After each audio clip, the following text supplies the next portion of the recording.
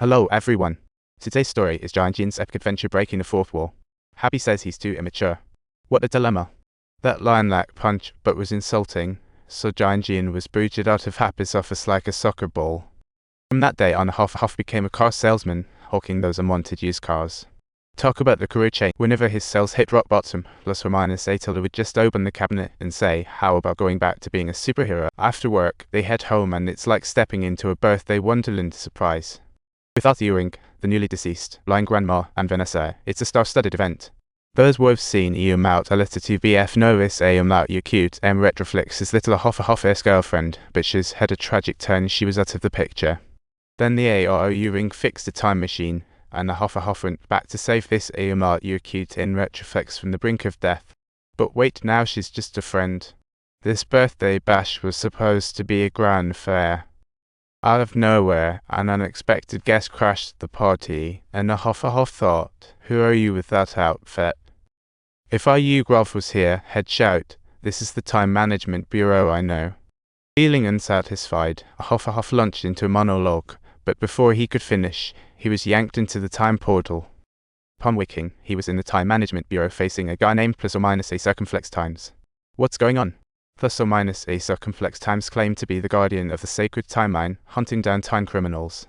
Sounds like a movie plot. JianJian considered his act of saving someone in the past a serious crime, and surprisingly, he's now caught.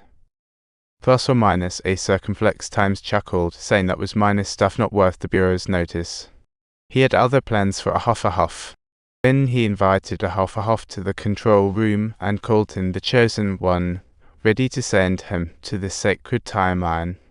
Subsequently, the audience watched the highlights from Avengers 4, which made JianJian ponder, "I've been struggling in this universe for such a long time, yet I'm still not a genuine superhero." Rejected by Happy from Avengers, heartbroken, but hey, an opportunity. Huff was overjoyed at the chance to join the elite team of the Sacred Timeline. Talk about a glow-up. With excitement bubbling inside him, Huff couldn't wait to rush to plus or minus a circumflex times, thinking to himself, "Since I've taken on the responsibility of saving Marvel, I need all my gear to be ready for me immediately." His suit was top-notch, and the tailor was a genius. Huff became a walking advertisement for self-love. Buren warned JianJian his universe was collapsing. JianJian's thought panic.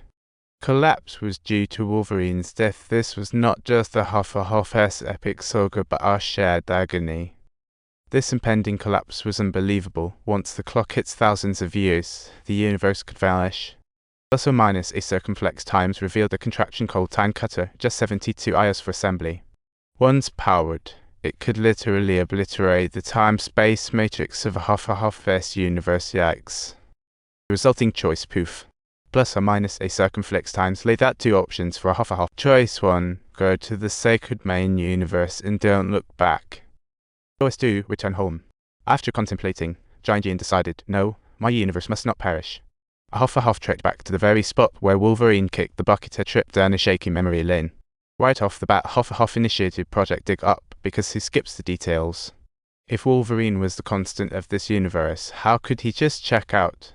Time to dig for the truth, and then out pops an adamantium skeleton. Turns out this guy's really dead, no prank from plus or minus a circumflex times, so the inner monologue is finally live. Huff realized the world's about to end. But after chilling out, he started chatting with the skeleton, a real tragedy. Once a quiet type, now a Huff was the center of attention, yet he found Wolverine's bones.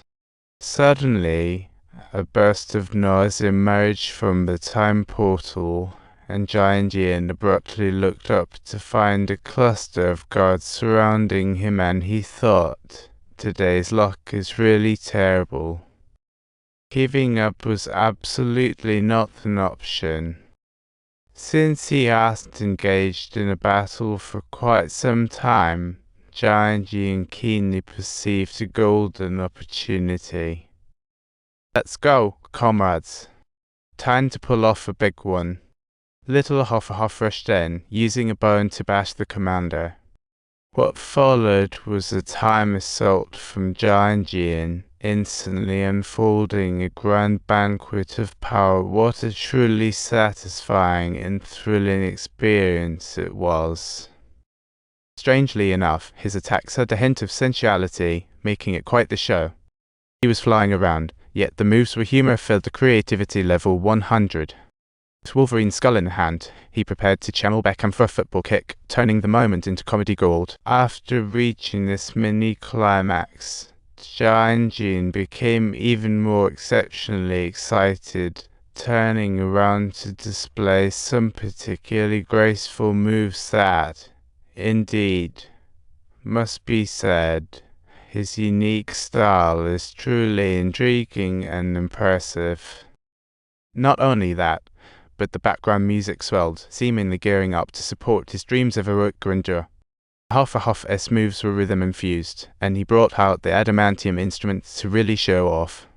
But alas, there is no trace of J2 here, only graves stained with fresh blood.